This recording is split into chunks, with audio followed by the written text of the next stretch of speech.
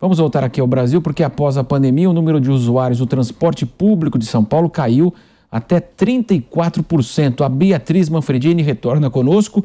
Beatriz, a gente imagina aí o diesel nas alturas, queda de passageiros, então uma grande pressão aí pelo aumento da tarifa. Como está toda essa situação agora, Beatriz?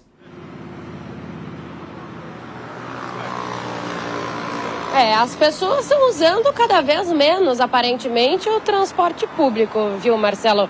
Tem uma comparação aqui em São Paulo feita entre os meses de abril de 2019, ou seja, o período pré-pandemia, com abril de 2021. Então, quando a pandemia já estava ali num patamar mais estável, já mais controlada. E o que a gente percebeu com essa comparação é que o metrô de São Paulo perdeu 34% dos passageiros nesses 2 anos. Já os ônibus perderam 26% dos passageiros e a CPTM, eu falo aqui da estação Berrini da CPTM neste momento, perdeu apenas 12%, um pouquinho menos, 11,6% dos passageiros foi a que menos perdeu usuários nesses 2 anos. A gente às vezes pode imaginar que essa quantidade menor de usuários pode ser porque as pessoas têm medo de contaminação por Covid-19, mas o que aponta esse estudo e conversas que tivemos com pessoas da área é que não é bem isso. Na verdade, o maior motivador aí das pessoas estarem usando menos o transporte público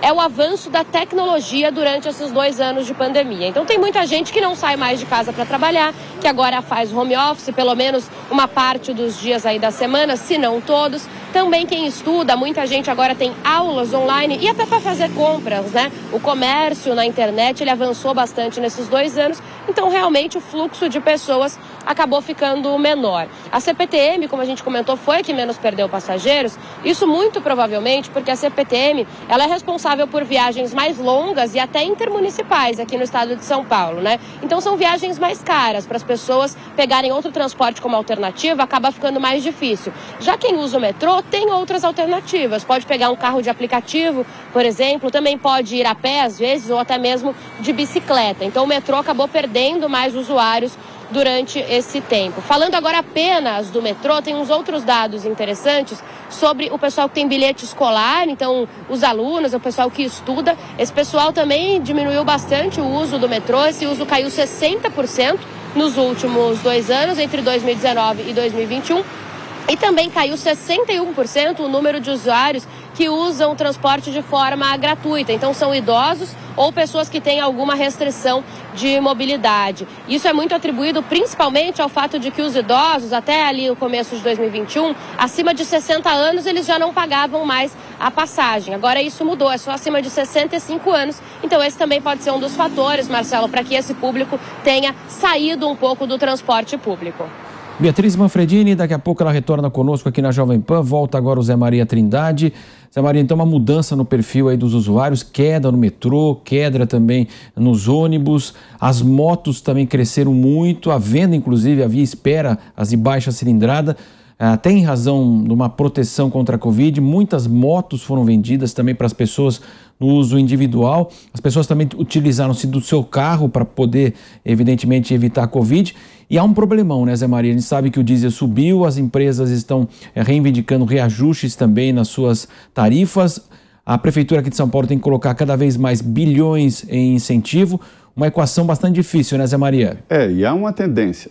O aumento da venda e circulação de motos de baixa cilindrada é em decorrência do aumento de passagem e a mesma história é o aumento do preço dos combustíveis, né? É a economia.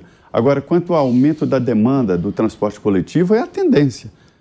Eu sempre conversei com urbanistas que dizem que a solução para o transporte urbano é o não transporte. Ou seja, as pessoas ou trabalharem próximas às suas casas, ou mesmo a novidade que apareceu com a Covid, que é o trabalho à distância. Isso já é uma realidade, né? Muitas empresas já estão estabelecendo dias para o trabalho à distância e regulamentando, né?